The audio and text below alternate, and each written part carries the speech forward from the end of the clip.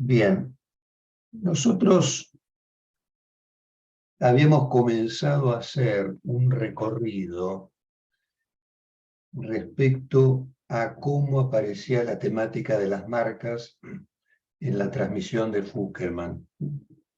Esto lo comenzamos a hacer en septiembre y nos interesaba ese recorrido en la medida que con el capítulo este que estamos analizando, Edipo, hay una referencia sobre un cuerpo marcado por el hablar, por la lengua, por los significantes, algo que también se les hace patente a ustedes en las consultas que reciben, estos cuerpos marcados por el hablar.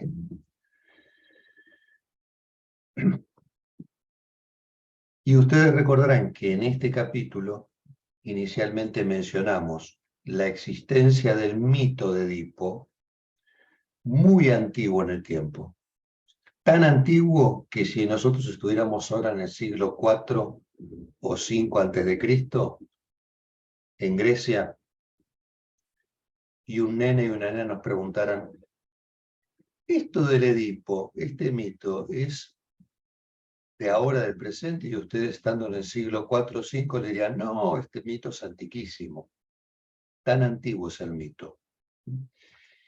Está la tragedia, habíamos dicho, ¿no? La tragedia de Sófocles, Edipo, y está el famoso complejo de Edipo, esta noción que el psicoanálisis introduce y que ya ahí nos invita a reflexionar no tanto sobre la mitología, sino sobre las cuestiones de estructura que están implícitas en lo que entendemos por Edipo, y que va más allá de que el nene le haga una caidita de ojos a la mamá o la nena al papá. Es algo que, como hemos comentado al principio del capítulo, está implicado en el hablar mismo, el Edipo, en nuestra vinculación con el lenguaje. Pero justamente respecto de este pasaje del mito de la estructura, en la página 54 de Conversaciones, allí la doctora de Gainza le pregunta a Fuckerman si este pasaje del mito a la estructura se relaciona con la referencia que hace la persona respecto de su novela familiar. Es una pregunta bien orientada esta, ¿no? Porque ahí la doctora está pensando que cuando nosotros recibimos las consultas, se genera una suerte de ordenamiento en el bagaje familiar. Sea cuando ustedes tienen las entrevistas con papá y mamá, con la familia, sea que ustedes se pongan a jugar con el neno o con la nena, hay algo del bagaje familiar que se va restituyendo allí, en un cierto ordenamiento. Entonces, ese ordenamiento tiene un carácter de novela, un relato que podríamos decirlo así, es el intento de darle forma épica a lo que opera en la estructura. Porque de ahí, en lo que nos comunican, nosotros podemos justamente ubicar historias, personajes, distintas circunstancias. Entonces la doctora Gainza pregunta qué relación tiene esto, si hay alguna relación entre esa novela familiar que se transmite y lo que atañe a la estructura. Y acá el doctor Fuckerman, tal como nos tiene acostumbrados, da una respuesta difícil, ¿no? Porque él dice que lo que permite la distancia entre mito y estructura, con lo cual ya está señalando que hay una distancia entre el mito y la estructura. Lo que permite la distancia entre el mito y la estructura es el desarrollo científico. Entendiendo que ese desarrollo científico tiende a expulsar al sujeto que se relaciona con la repetición, con el hablar y con la lectura de un cuerpo que está marcado justamente por la lengua, por los significantes. Bueno, como verán, insisto, es una respuesta difícil, condensada, que merece ser desplegada por nosotros. Vamos a tratar de hacer ese despliegue.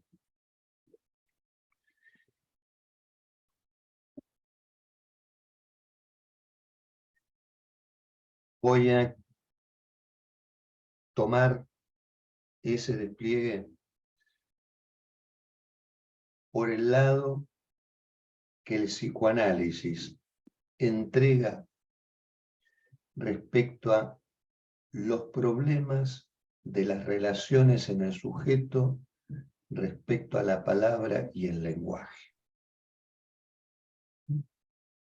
En esas relaciones en el sujeto respecto a la palabra y el lenguaje hay tres paradojas que el psicoanálisis ha permitido distinguir. La primera de las paradojas es la de la locura. En esas relaciones en el sujeto respecto a la palabra y el lenguaje. En el loco, en la loca, en la locura, se nos hace evidente una libertad respecto a la palabra. Pero una libertad con la palabra que nosotros no podríamos considerar virtuosa en la locura, ya que se trata de una palabra que ha renunciado a hacerse reconocer.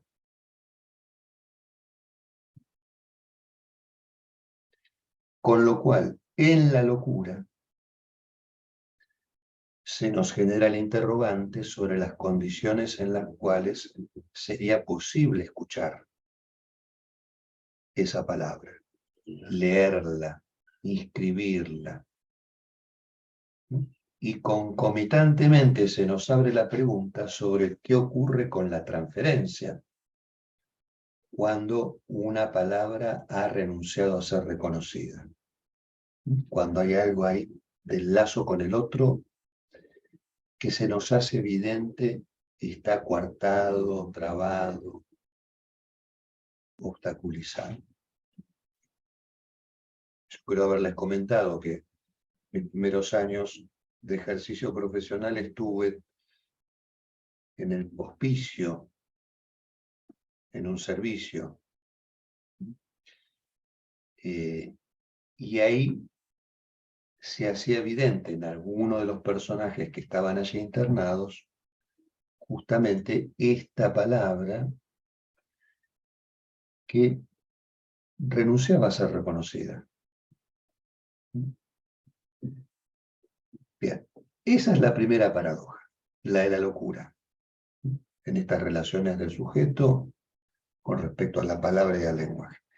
La segunda paradoja nos va a resultar más familiar porque es la de estas relaciones del sujeto con la palabra y el lenguaje en esa economía constituyente de las diferentes neurosis, la inhibición, el síntoma y la angustia.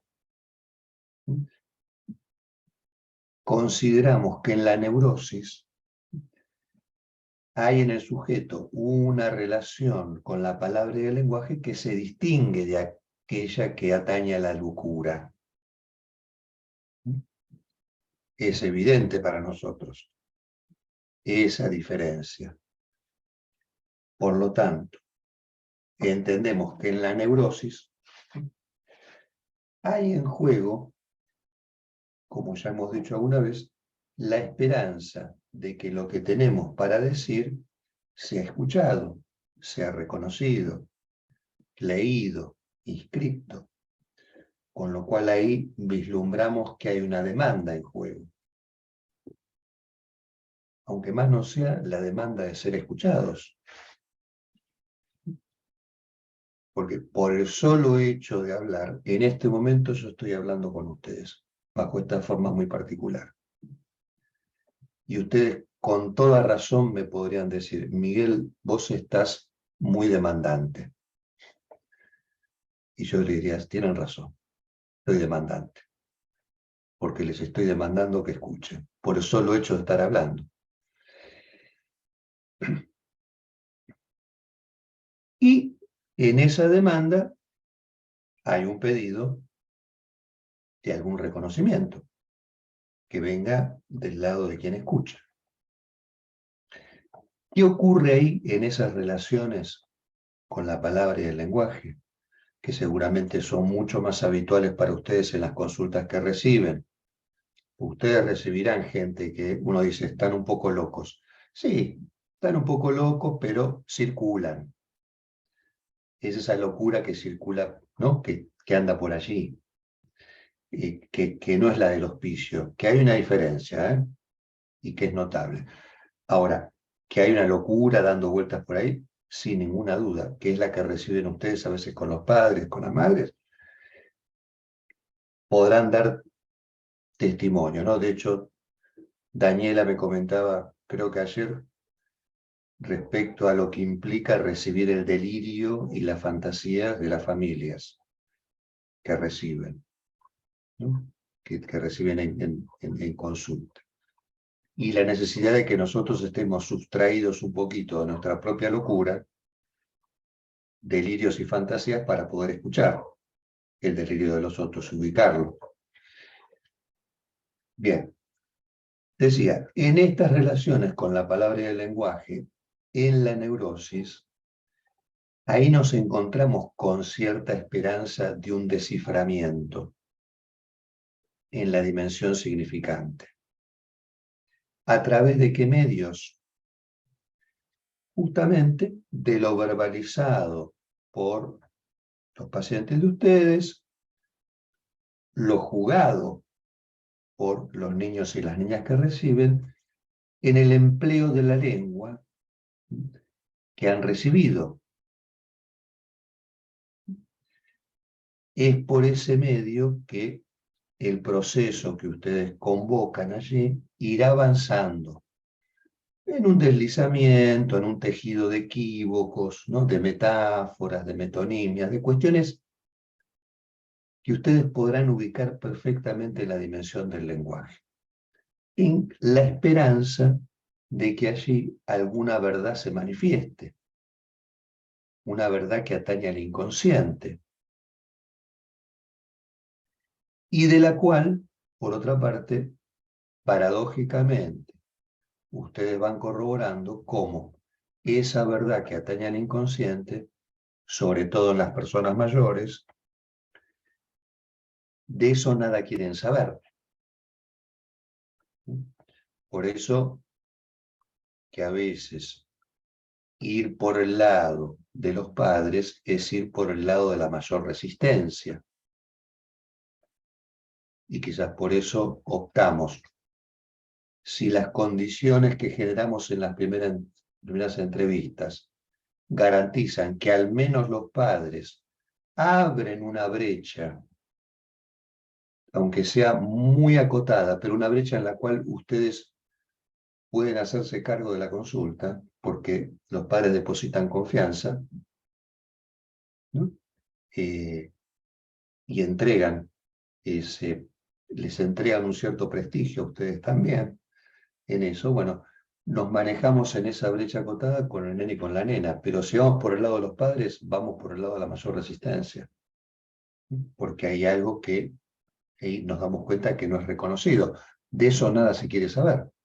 Digo, si hay una problemática inconsciente que está operando y aparece, retorna como una dificultad en la imagen de la infancia.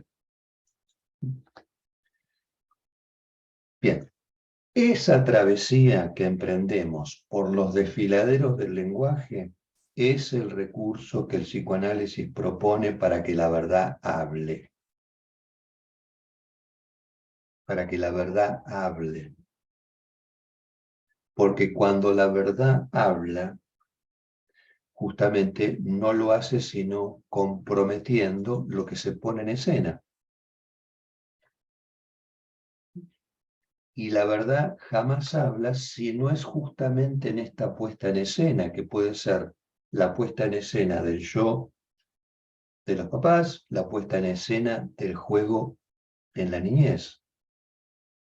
Y ahí, de alguna manera, a ustedes se les hace evidente que cuando la verdad puede hablar, está comprometiendo un sujeto de la enunciación. Allí. Esto lo enlazamos con lo que ya hemos comentado en este capítulo de Edipo respecto a que una verdad, la de la palabra, requiere de los artefactos simbólicos en los que esta palabra o este juego puedan ser sancionados como palabra o como juego. Es decir, artefactos que digan, esto es una palabra o esto es un juego. ¿Qué quiere decir esto es una palabra o esto es un juego? Que la palabra o el juego refieren a un sujeto. Y en tanto refieren a un sujeto, están indicando que hay una singularidad allí. Algo que está representado, pero también algo que se borra al mismo tiempo que se representa. Algo que está en falta. En particular a la falta que atañe a cada quien. Falta que no es intercambiable. No pasa como en el mercado de trabajo, ¿no? Como puede ocurrir por ahí en nuestro gremio, si hay una cobertura de salud que está incorporando psicomotricistas o psicólogos, y usted dice, mira, no me interesa, no importa, acá hay una cola de profesionales que están esperando para entrar. Es intercambiable en el mercado laboral, ¿no? O sea, acá en los talleres de Avellaneda, donde hay chinos que hacen trabajar a los bolivianos, ¿no? Haciendo ropa barata. Bueno, si un boliviano se enferma o se muere, lo cambian. Es decir, eso en el mercado laboral tiene el signo del intercambio. No importa quién sea, se intercambia. En el caso de la falta, que es lo que ustedes ofrecen con el dispositivo que están proponiendo, esa falta no es intercambiable. Atañe a cada quien. Entonces, volvemos a subrayar acá la importancia de estos artefactos simbólicos a los cuales podemos dirigirnos, porque serán los que permiten el acceso a aquello que ha marcado al cuerpo en cuestión. Y por otra parte, también lo mencionamos el mes pasado, decir que alguien acceda a la palabra significa que cuando hablamos perdemos. Y es necesario, imprescindible, dar lugar a que alguien hable para que pierda. Cuando hablamos de verdad, perdemos aquello que la teoría analítica ha ubicado como objeto. Y esta pérdida de objeto es lo que nos hace semejantes. O sea, la posibilidad que tenemos de encontrarnos entre semejantes, aunque sea en ese campo de los equívocos y el malentendido que implica ese encuentro, la posibilidad de encontrarnos está asignada por la pérdida del objeto que nos afecta a cada uno de nosotros. Con lo cual, fíjense, hay una paradoja, porque lo que nos hace semejantes es lo que nos diferencia. Esa semejanza está sustentada en lo que nos agujerea. Y por otra parte, es interesante tener en cuenta que cuando Fouquelman se refiere a artefactos simbólicos, como esos lugares a los cuales podemos dirigirnos, entre esos artefactos está el dispositivo que nosotros ofrecemos. Claro que es un artefacto muy particular, porque requiere que ustedes estén vivas, nada más y nada menos. Eh, quiero decir, que estén vivas implica no meramente que funcionen como una máquina, sino que estén vivas, porque la vida, la presencia de ustedes, aporta también algo ahí que es irrepresentable, algo irreductible, algo que no termina de tramitarse en el campo de la palabra. Y eso importa. Entonces, esta dimensión, la que ofrecen en la consulta, por el solo hecho de la presencia de ustedes, ya dispone la función y campo de la palabra. Con lo cual, eso pone en juego tanto el porvenir como lo perdido. Fíjense qué importante. Qué importante porque ustedes ya con esa oferta y con su mera presencia, aun cuando la familia no abra la boca, recién se sentó en el consultorio para hablar con ustedes o se puso detrás de la pantalla, la mera presencia de ustedes ya pone en juego algo perdido y algo que está aún por realizarse, un porvenir. Algo que ya no es y algo que aún no es. Y digo algo que ya no es porque cuando se ponen a conversar con ustedes sobre la nena o el nene que les ha preocupado, están angustiados, hay alguna dificultad, ya no es el nene o la nena de dificultad, es lo que le cuentan a ustedes sobre la dificultad. Entonces, eso ya implica ya no es una pérdida. Y en esa esperanza de desciframiento, cuando hablan con ustedes, y en el mejor de los casos, cuando la confianza se instituye, hay un porvenir, hay una esperanza, allí algo que podría decirse aparece en el horizonte como un supuesto saber, un sujeto supuesto saber. Que no implica que ustedes sepan, ¿eh? Por supuesto, la gente que consulta va a imaginar que ustedes fueron a la universidad, han estudiado, siguen estudiando, es gente inteligente. Pero el sujeto supuesto saber más bien implica que ustedes van a poner en suspenso lo que no saben. Y en relación a eso, ustedes van a poder sostener esa posición de un saber no realizado. Algo que estamos corroborando en las consultas por la infancia, en otros abordajes, no se sostiene ese saber no realizado. Se manejan protocolos, cosas que ya están escritas, que sirven para cualquiera, un saber homogéneo. Por eso que yo insisto, y no es que les dore la píldora, ni que intente empoderar, pero tengan en cuenta que la oferta que ustedes hacen es trascendente. Y escasea. Escasea. Acá Patricia lo podrá decir en Buenos Aires, que tiene un panorama de lo que pasa en esas consultas. Ustedes lo podrán decir en Mendoza, Gladys en Colombia. Escasea la oferta de alguien que sostiene lo que no sabe. Y dice, a ver, vamos, nos entregamos y vemos qué ocurre aquí. Y aparte a ustedes se les hace patente el malestar que implica para ustedes mismas también sostener esa posición de que no saben. Y se entregan y ven cómo se las arreglan con eso. Bueno, insisto, esa oferta es trascendente.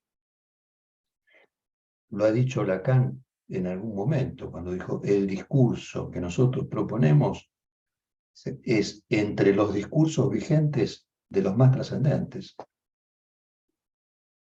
por esta ética que se pone en juego. Y la ética no es portarse bien solamente, quiero decir, no es ser virtuoso, sino la ética quiere decir justamente mantener a rajatabla esta posición de que ustedes no saben y que se entregan un saber que está por realizarse. Esa es la ética, que es la del deseo, un deseo no realizado.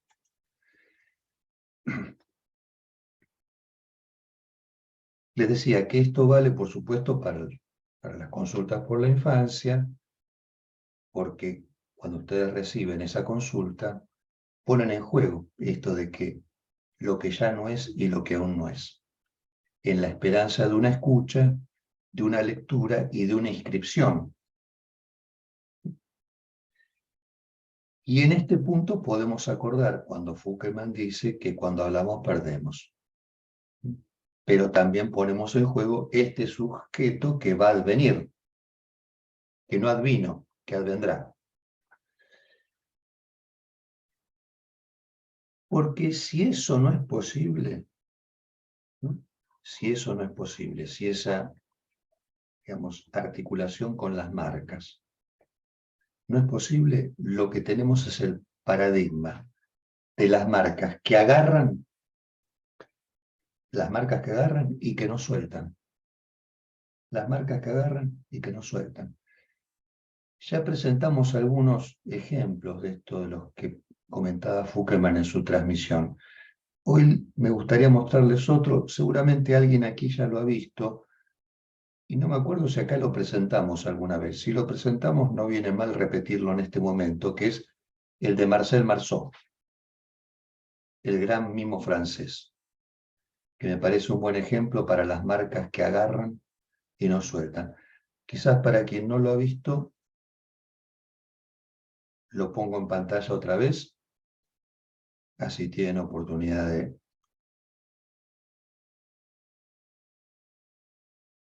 volver a ver este simpático y también inquietante breve video. Están viendo mi escritorio, ¿no? Sí. Bueno, miren que me olvidé de activar el sonido, de optimizar el clip. Ahí está. Bueno, aquí vamos a ver a Marcel Marceau nuevamente, para que nos recuerde qué implica esto de la marca que agarra y no suelta.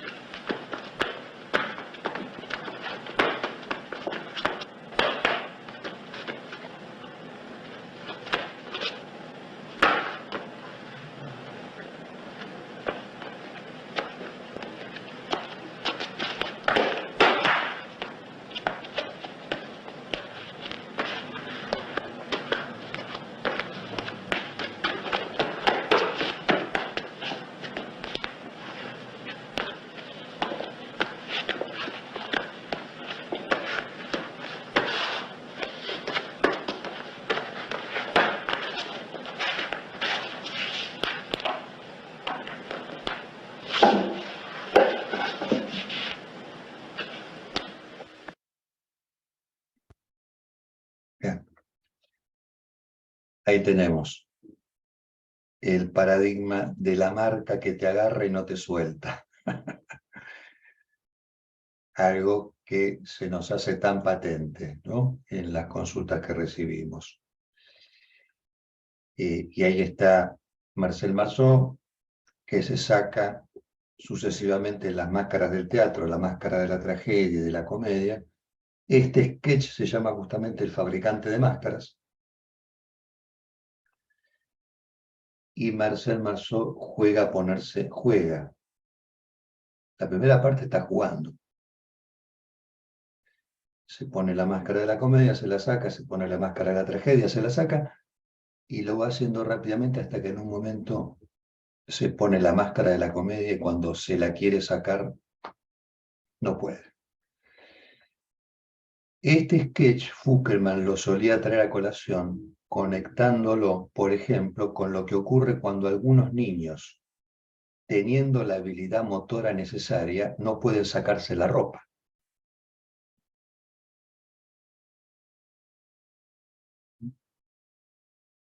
estas situaciones de no poder cambiar el imaginario, un imaginario que te agarra y no te suelta. Y no poder sacarse esa configuración es lo que queda ilustrado acá en este sketch de Marcel Marceau. Esa posibilidad, ¿no?, de deslizamiento en lo imaginario, eso que a ustedes también les permite también pasar de un personaje a otro, ¿no?, que están en la consulta y son profesionales, están con los hijos y son la mamá, y están con la pareja y son la pareja, están con los amigos, ¿no? Los citan a una audiencia y ustedes se ubican en relación a ese orden trascendente del juzgado. Ese deslizamiento, que si ustedes estuvieran locas, les costaría, justamente en la locura y una fijeza respecto del personaje.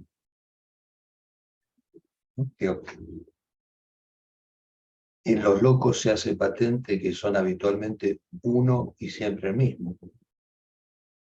En ese sentido, son las personas más coherentes que conocemos, los locos. Nosotros estamos en estas vacilaciones, en estas dudas, en estos deslizamientos. Estamos siempre un poco incómodos y pasando de un personaje a otro. Bien, esa posibilidad o no de deslizamiento está sustentada en la relación que las personas mantenemos con el lenguaje. Y por eso vuelvo a lo que les estaba comentando respecto a las 3 paradojas, ¿no?, para las relaciones en el sujeto respecto a la palabra y el lenguaje. Mencioné 2, me faltaba la tercera. La tercera paradoja,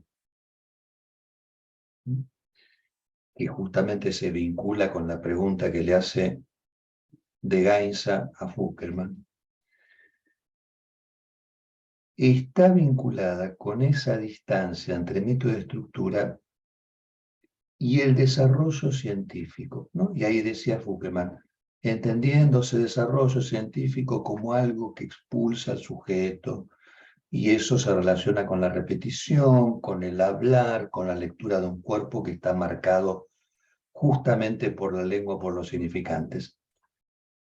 En esta tercera paradoja, justamente se ubica este sujeto que es efecto de la ciencia moderna. Este sujeto de la ciencia, que fue expulsado cuando la ciencia se constituyó, necesariamente expulsado, porque en esa articulación en la cual se constituye la ciencia, lo que queda excluido es la singularidad, en tanto la ciencia tiende al universal. Y ahí dijeron, acá nos ocupamos de las leyes universales. Lo singular, lo particular, no está contemplado. ¿Qué pasó como efecto de ese desarrollo científico? Que ese sujeto excluido en su singularidad comenzó a retornar bajo formas inesperadas. ¿Qué pasaba antes del desarrollo científico? Y había otro paradigma distinto, donde había una significación y un sentido que no estaba sustentado en la lectura de la realidad desde las matemáticas, sino que sustentado en otras concepciones animistas, mágicas o, digamos, basadas meramente en la intuición, en la percepción. Aparece la ciencia, aparece la matemática, y ahí este sujeto queda excluido, pero por estar excluido no es que se queda tranquilo, este sujeto. Comienza a retornar bajo formas inesperadas, pizarras. Con lo cual, fíjense cuánto tiene que ver este sujeto que nosotros recibimos en el consultorio, bajo la forma de la infancia o de la familia, con ese efecto de la ciencia, que no deja de generar exclusión desde que se constituyó. De este sujeto excluido se hacen cargo ustedes. ¿Para qué? para ofrecerle que hable, que juegue, y en tanto hable o juegue, que se represente, pero que también desaparezca. Que desaparezca y que se represente en ese hablar y en ese jugar.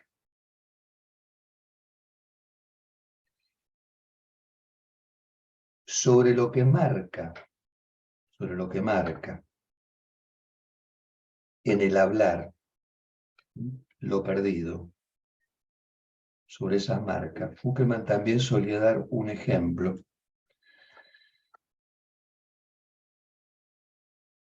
Era la de tirar un dado, ¿no? Como ustedes juegan a la generala. Antes de tirar el dado, podemos decir que de las posibilidades que ofrece el dado, que son 6, puede salir cualquier número. ¿Estamos de acuerdo? Tiramos el dado y supongamos que salió el 3. Ahora, cuando salió el 3 ya no es cualquier número. El 3 es el 3. Una vez que salió ese. Esto no significa que se perdieron los otros números, sino que ni bien salió el 3, se perdió que cualquiera puede salir. Lo que se perdió ahí es el cualquiera. Lo que se perdió ahí es el cualca, ¿no? Como ese sketch que andaba girando hace unos años tan simpático. Se perdió el cualca ahí. El cualquiera, la marca que deja es la marca de lo perdido cuando salió el 3 y se perdió el cualquiera. No podría decir, el 3 quedó afectado de la marca de lo perdido, que es la marca del cualquiera, que se perdió. ¿Dónde quedó el cualquiera? Quedó retroactivamente ubicado detrás de lo que efectivamente salió, pero se ubicó retroactivamente. Y ahora esto, en lugar de plantearlo en relación a los números, lo planteamos en lo que es lo potencial con relación a lo efectivamente producido. Una vez que algo se produce, el potencial en tanto potencia se pierde. Cuando ustedes eligen una palabra, lo que queda perdido ahí es el potencial de todas las palabras que forman parte de lo que podrían haber dicho. Porque el potencial no se realiza, porque lo que se produce es distinto a lo potencial. Entonces, lo que señalaba Fukelman respecto al hablar, lo que marca el hablar y la pérdida es que el potencial que se pierde cuando hablamos es el querer decir. El querer decir no es lo dicho, es lo que se perdió cuando efectivamente se dijo algo. Ese querer decir está en el lugar de lo que decíamos respecto a los dados, como ese cualquiera que se perdió. Y es lo que está operando constantemente en lo que decimos. Hay algo que se pierde, que es el querer decir, pero que a su vez queda ubicado como tal en tanto hablamos. Bien, hasta aquí lo que quería comentarles hoy con respecto a esta temática de la marca, sobre todo. Si les parece, hacemos una pausa, así decanta lo que hemos comentado y después nos entregamos a conversar sobre lo que ustedes quieran. Yo detengo la grabación. ¿Qué hago, Marcela? Detengo la grabación. Vos sugeriste que no la detengamos. La detengo ahora, la pongo en marcha después, porque si no sigue grabando en el intervalo, y después vemos si surge algún recorte clínico, lo excluimos. Hacemos como el sujeto de la ciencia, lo mandamos afuera.